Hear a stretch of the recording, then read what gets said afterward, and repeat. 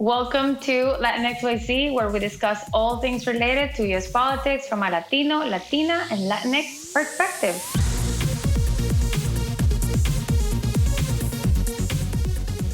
Hola a todos, ¿cómo están? My name is Clemencia Herrera, and I am the founder of Moira Studio, an advertising agency that works on political and advocacy campaigns that target Latinx. And I am Cecilia del Cid, an environmental and social justice practitioner from Latin America, immigrant, community weaver, and working in media as well. Hi, I'm Rafael Ulloa. I'm the guest tonight at this episode. I'm the executive VP of content for El Planeta Media, publishers of El Tiempo Latino in Washington, D.C. and El Planeta newspaper in Boston. It's a pleasure to be here. Yes, thank you for joining us once again, Rafael. We can't get enough of you, it seems like. Yes. So we want to keep picking your brain on stuff. And also, I kind of feel vindicated. When we were talking the other day, it's like, yeah, you agree with me. That's great, So let's try and see if we agree on some of these things today. We might not. Who knows? We'll see. Okay, so today we're going to be talking about a very important, almost crucial topic, right? That comes up again and again internally within our team, with potential clients, with current clients, and that is, which language should we use when communicating with Latinx? Should we do it in English? Should we do it in Spanish? Is there an answer to this? What do you guys think? I think the answer is it depends. Yep. I agree. Yeah, I mean, some campaigns really think that, just to target Latinx, we just need to make this ad in Spanish and just throw it on, Telemundo or Univision or, something like that, and or like a Spanish-speaking newspaper. But there's just so many nuances about that. And also, maybe some are not aware, but there is a lot of stereotyping that goes around that when they go, oh, we just need to do this in Spanish.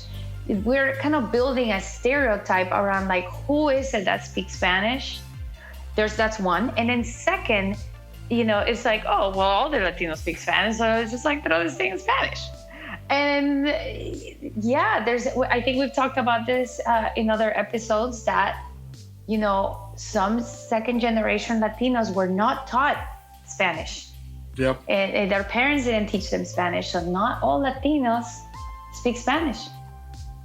So let's get started. I mean, let's talk about the first question, which is these stereotypes. Do you guys see it often? What do you think those are? And what do you think can be done to help this?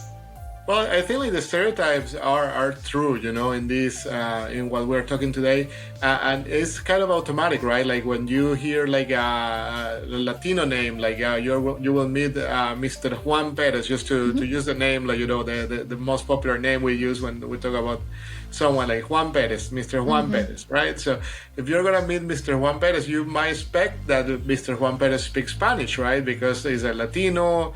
And then when you meet Juan Perez and he speaks English, it's kind of you go first, hey, hola. And then when Juan Perez replies, hey, hi, how's it going?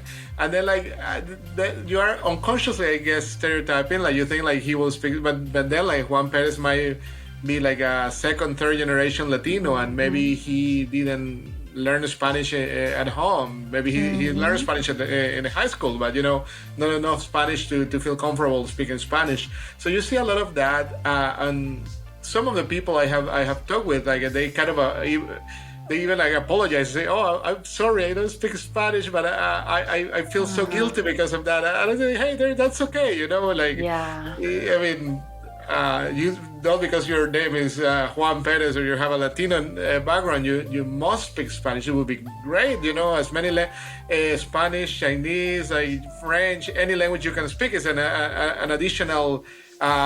Something you can add to your knowledge and to your personality and to probably your resume for in a professional speaking about professional careers and advancement. But I think yes. The short answer is there's a lot of like that stereotyping. Sometimes I don't think it's made in a bad way. It's just like an expectation. Like it's an expectation that all Latinos dance salsa, right? Like it happens to me a lot. Yes. All those CDs you see behind me are not salsa CDs. Are mostly like post-punk, industrial, goth, and other stuff that people don't expect like Latinos to like. But and I sometimes I feel guilty that I don't know how to dance salsa well. But I guess the same thing, right? Like it happens, and it's not a malicious like a question when people say, "Oh, you must know how to dance salsa." It's just like an expectation, I guess. And it may not be malicious, but when you are spending millions of dollars on media plans and you're doing a program that's Spanish speaking, you better know, right? You gotta know. You gotta know like what the situation is. Yeah. One thing is like being innocent about it. Another thing is like, do we really know what's going on in this state, in this city, in this district, in people's situations? This is where we need to dive in deep, right? Yeah. Because I'm sorry. No, so sorry. I just gotta say it reinforces the depends element that it will be who inside a Latino community, which age, which area, like you're talking with, like because the younger guys, probably the ones that are born here, like they probably will not speak Spanish well. They will prefer English, and maybe my parents, like they will prefer Spanish, of course. And then there will be a generation in the middle that will be either way. But Spanglish. some topics I prefer in English, and some more topics I prefer in Spanish. I also think that it refers a little bit of like thinking of like language justice, and just thinking about how not everyone who comes from Latin America has Spanish as their first language. Sometimes they have other languages. There is also people who might make assumptions about, well, maybe people who only speak Spanish don't have the right to vote or are not voters. And then we think of communities like Puerto Rico that come here, that are citizens, and so they come here, and a lot of them, if they are just coming from the island to the mainland, then they are mainly in a Spanish speaker citizen. So I think we have to think of like just that idea of like social justice or language justice to campaigns in which you begin to really understand what is happening on the ground and really tailor or bring that nuance to your messaging, so that you can absolutely address in the language that is most appropriate the issues that are more relevant. Like what Rafael is saying, you might feel like you have a lot of understanding of political science or like journalism, so you prefer the languages in English. But if you are talking maybe about like environmental work or like medical public health, maybe your language, your English is not as solid in those topics, so you will prefer to receive that message in your own language because you feel more solid. So or there's a terminology that you understand better in one language or the other. Like there's people that maybe medical terminology, they understand it better in their native language or like even political terminology, they understand it better in their native language than in their second language. And that, depending on what that is, right? Some Latinos, their first language is English, and then they learn Spanish later on, or refer to as Spanish. So, and like Rafael mentioned, the parents, like, my mom, of course, she prefers to speak in Spanish and to consume media in Spanish. But not all parents are like that. So it's really like, I guess the answer is just like, you just need to do it in both. Mm-hmm. You need to spend the same amount of money on both. Also, there's another stereotype, like only immigrants are the ones who speak Spanish, or the Latinos that are American citizens or like the voters, they don't speak Spanish. Like they mostly prefer to speak in English. Those are stereotypes that it's just like really saying like, so do I have to be an immigrant, or like do I have to be documented, to speak one language or the other?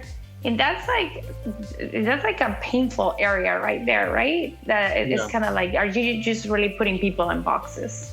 Exactly, because not knowing how to speak a language that doesn't mean you could be a genius in what you do, but like you just don't know how to express it in a language. I mean, it happened to me when I was in college. There were like a lot of young people coming from other countries, but their English was not good and they were a little bit shy, but they were like working super hard, 10 times harder in the school, and they were like really great when every time like there was a paper or something, but they were just not like that confident into like speaking English or like having a debate in English. But like and what was the first impression probably until you learn you met them more was like, oh, these guys don't know much, or like they are not like that much participating in class. Even like the professors, I felt like they had like that kind of like feeling, but then like when like they demonstrated like they know a lot, but they just don't know how to express that in English. That's an example of like how sometimes people could be an expert in an issue or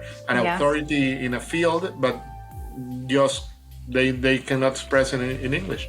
It made me think that up to a point that you made in our first conversations when you talked about the difference between the language that is written and what is mainly like spoken, and you were mentioning how like the printed paper had like having some the numbers were different during the time of the pandemic. And I wonder how many of our immigrants who don't feel as comfortable maybe speaking, or some that feel much more comfortable speaking, so they will prefer maybe in English, and the ones who can write it better would prefer to like receive maybe an ad, a political ad in the TV in English, but receive a flyer from that political campaign in Spanish. Like some of that variety of how you comprehend certain languages. Do you have any like experience or like thoughts about like how different radio ads, media ads versus printed ads, and how do we combine them to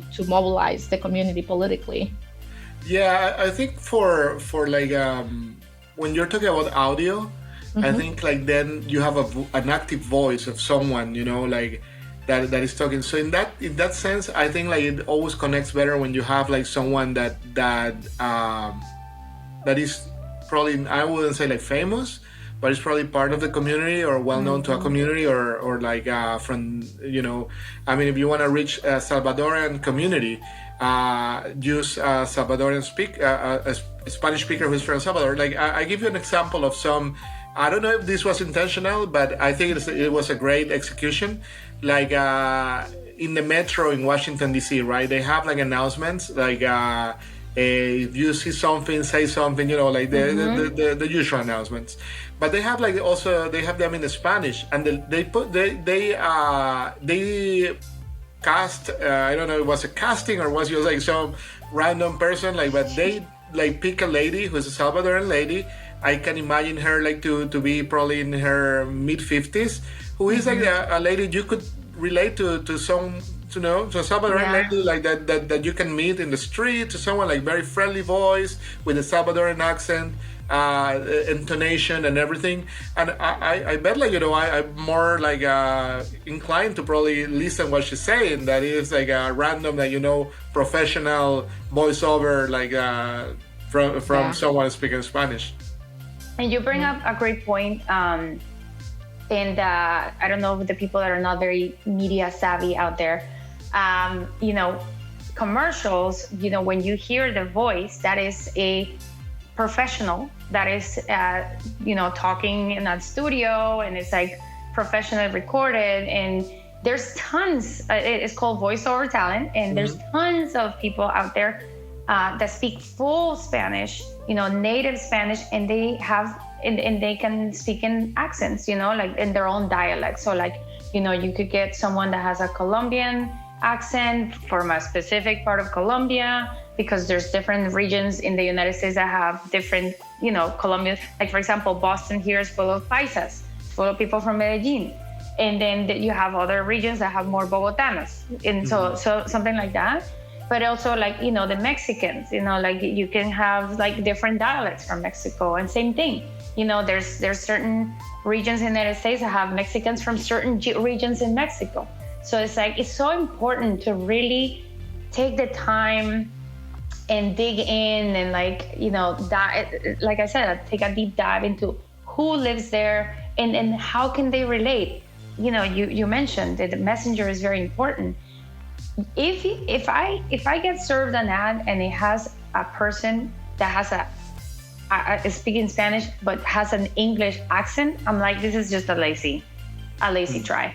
Like, first of all, there's so many people that do voiceovers out there that speak Spanish, native Spanish, and then you're not really trying to like make me believe that this is what I need to be trusting in.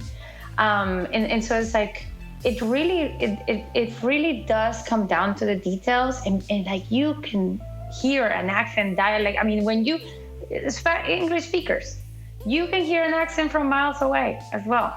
You know where that person is from. If they're from the Northeast, or they're from California, or they're from New Yorkers. Obviously, it's a really strong accent.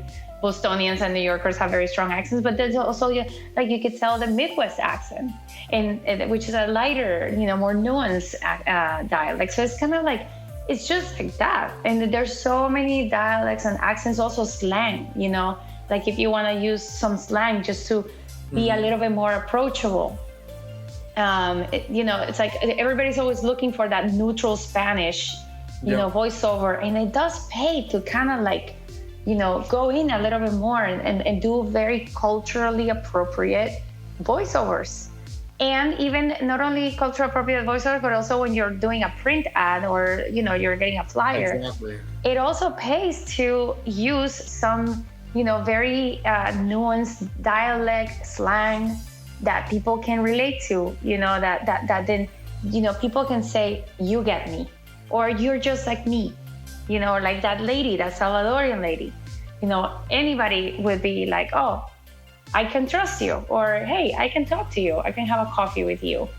And so it's like, it's so important to just really, put in the work and put in the time to do the research in the audience, and then to do the research in your materials, like what you're gonna come up with to put this ad together. So this is why it also pays to actually have a Spanish-speaking copywriter that writes the ads, and not just like you write it out in English and then you pay a translation service to translate it for you. You need that cultural connection. You need that person to sort of know. And I mean, I'm Colombian, but I'm pretty knowledgeable on like what Mexican slang is like, or like Venezuelan slang is like, or I'm pretty knowledgeable about that, so I could write, for those communities as well. Like, but it's like, you really have to do the research and see like, what are people saying right now? How is it that I can relate to them right now? Exactly. So, I think like it is very important, and sometimes I guess you will need I don't know what you both of you think, but sometimes I guess if like we're talking from the perspective of someone with a limited budget, you will need to choose, right? I guess based on what's your priority. Like let's say you have an event, you cannot do both. You will need to do a radio for one and print for another, or social media for one community and flyers for another community, or something like that. Because I guess sometimes in the ideal world we can do everything, but like when you have like limited budget, and Clemencia, you might have a lot of clients who wants to do everything, but then you need to tell them, hey, like you have budget for this and that only. Which one you will choose? Yeah, do you remember that meme that is like that movie with the tiger and the guy there on the boat? They're like, this is what they want to do, and then they show the budget, and it's like this little like, little like plush animal tiger, and they're like on a little puddle. That's the budget. So, Rafael, how do you feel about, for example, using a Spanglish? Like if we have, like communities, because we're talking about like, having nuance to address this community or that, but also we refer to our first point in which we were talking about some people might know Spanish from home, but they don't write it that well, or they have this interactive mix. We also, when you speak other language, you begin to realize that there are things that cannot be translated. So if you want to say something very specific, sometimes if your interlocutor can understand what you want to say, you might choose to say it in a different language or go back and forth. So How what's the space for Spanglish as we think of like communication and media?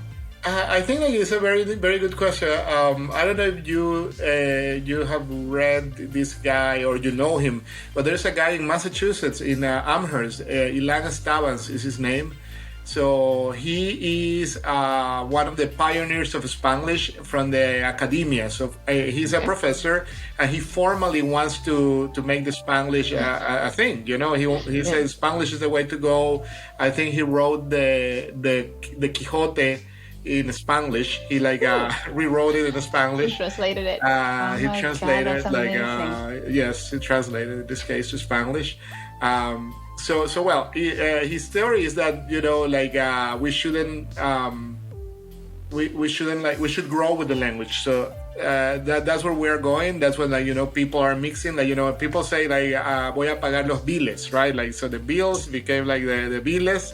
And sometimes that's a very good question, because sometimes I think if that's how the people talk, wouldn't be like interesting to talk to them from in the same voice, pagaste tus biles este mes. Oh my God, I don't know, mixed up.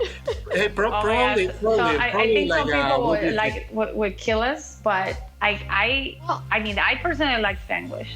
I grew up in Miami, so it's like we used it a lot.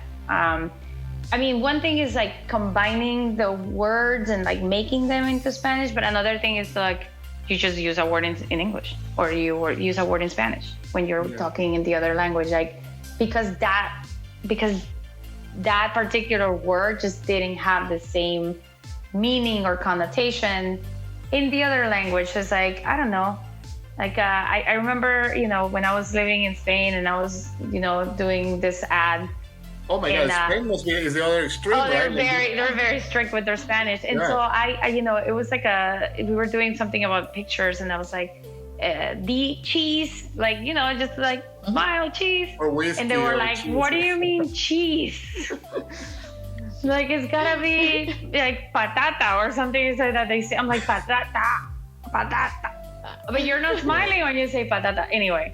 Well, that's not the point. The point is that they were over there, right? So they were very strict about their Spanish, but now I see even in Spain, you see a little bit one word that's in English, because it's like you really do get that sense that it doesn't really have the same meaning when you just translate it, or when you really try to translate. There's just certain words that don't have the same connotation. So I agree with you. This is how language evolves. And I know that there's a lot of purists out there. It's like, oh, we need to keep languages pure. But at the end of the day, the United States classism.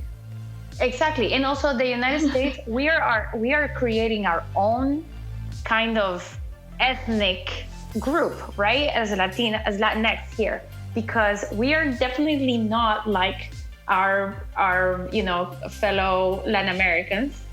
We're somewhat like them, but we're not exactly like them. And then, we just gotta create our own identity here. And maybe Spanglish is the way that we're creating it. We're making the language evolve with us, and we're creating a fusion.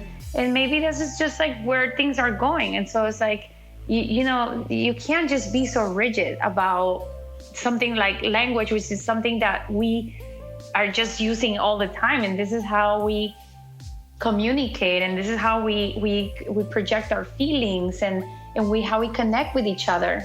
I feel it's a very important thing to know. So another question, thinking of Spanglish, but also thinking about inclusive language, like these changes that we're seeing in print or in spoken, like we have Latin XYZ, right? Referring to this X that has been added to the word instead of Latino, Latina, kind of being gender inclusive for people who are gender non-conforming or non-binary. And I'm seeing more and more like the X appearing either in the Spanish print or the A added in Latin America as well. Very much more here in the United States. How do you, like the same question, like what is the role of, do we have a role for Spanglish as we communicate with the Latin American and immigrant Latinx community? Is there more space for inclusive language in our ways of communication? You even see in Spain they use the arroba. Yeah. To say, but that's still very binary. Chicos, chicas, yeah. But I think, the RAE, like the Real Academia Española, has really pushed back against this, which I think many communities find very rooted in classism and elitism. So, as someone who communicates in print or like specifically for Spanish communities, how is that? Is there a space for that in the ways in which we communicate? I think the things are changing definitely. Right now, you will not see the major papers or the major agencies like FAP, AFP, that do Spanish, or Reuters in Spanish, or BBC Mundo doing that much. And we have tested it with like some of the community members in our regions. Informally, not a focus group or anything like that, but informally we have asked, and they don't know what is Latinx, for example, many of them. I guess it is a concept that it is getting known by the community more and more, because they are seeing, as you say, that you can see it more and more everywhere. But I think it's still very new for many people. So I don't have an answer on the sense of we will change all our writing to Latinx or Todes or any other of the new inclusive language. But we'll see how it goes. I mean, for now, we are writing as we've been writing for the last. We are inclusive in our approach, but the language is the same language we have used since we started the paper. Yeah, and that's a very interesting point, because I feel like the Latinx has been being pushed by the younger Latinos, Latinx. I mean, I've had many conversations with clients, and we have some clients that are younger than us. There are organizations that have really young people, and they really push for that because they really want the non-binary feel to the language, and they really want this inclusiveness, and I totally respect that, and it's very marketing has really adapted the Latinx. I know that there's some people out there that are like, okay, this is ridiculous, or there's people that don't even want to be called Latinos, they're like Hispanos. There's all kinds of different preferences, and this is where we go back to, it depends. If you're speaking to a younger audience, maybe you need to use the Latinx, when you're making an ad. And if you're speaking with an older audience, there's certain regions of the country that prefer to be called Hispanos, and there's certain regions of the country that prefer to say Latinos. So this goes back to the research. This goes back to just really knowing who you're talking to, and just really taking it, region by region, and place by place, because it's not a blanket, it's not homogeneous. And that's also the same case with white Americans. It's not like we are more work.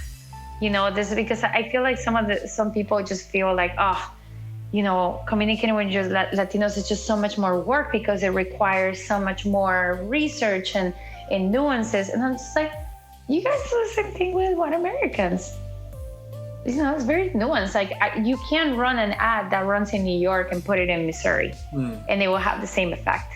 No, you're actually doing cultural nuances. You're also thinking about, are you targeting younger or older audiences, and you're doing your visuals and your language around that. So it's it's the same amount of effort. I know that maybe it's a little bit harder because there's not that much data around it, as the white Americans, it hasn't been collected as much, or maybe you just don't have someone in your team that has the capability to understand that. But it's definitely something to consider, and to really think that this is something you need to invest in.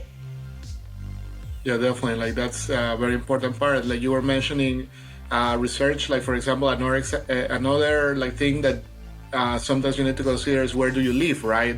It's not the same. You are talking with the immigrants who are working in agriculture in the more rural areas, that immigrants who are in the inner city.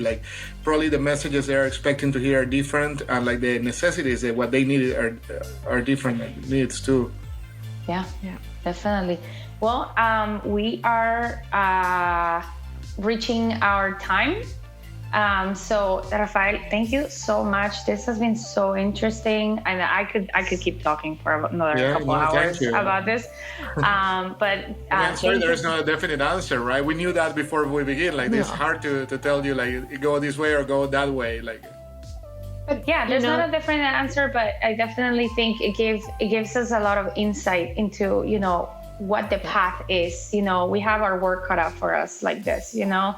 I think it also highlights the strategies that professionals are thinking about, and also provides information of how community organizing could maybe request some of those things from there, you know, for our media, from our politicians, for our communicators, like what are the things, and that there is a lot of options out there, so that at the end the goal is that the message is transmitted, and that our community gets the information that is most useful for all of us to have a thriving life in this country. Yeah, because like I said, you know, you do allocate millions of dollars for an advertising campaign, and if you're just not doing it, you know, if you don't do your homework and your research, you're just throwing money out in the air. Yeah. So it's worth it. It's worth it putting a little bit more effort, so your money is actually working to reach the right people. Just, you know, like any other advertising campaign. So anyway, hit us up, people. Latinx YZ Pod on Instagram. We got TikTok, we got email, we got YouTube channel, we got all kinds of things. So hit us up. Let us know what you guys think. Rate our show. Tell your friends. Thank you so much, Ceci and Rafael. You guys are awesome. Thank you. Thank you. Rafael, muchas gracias. Gracias.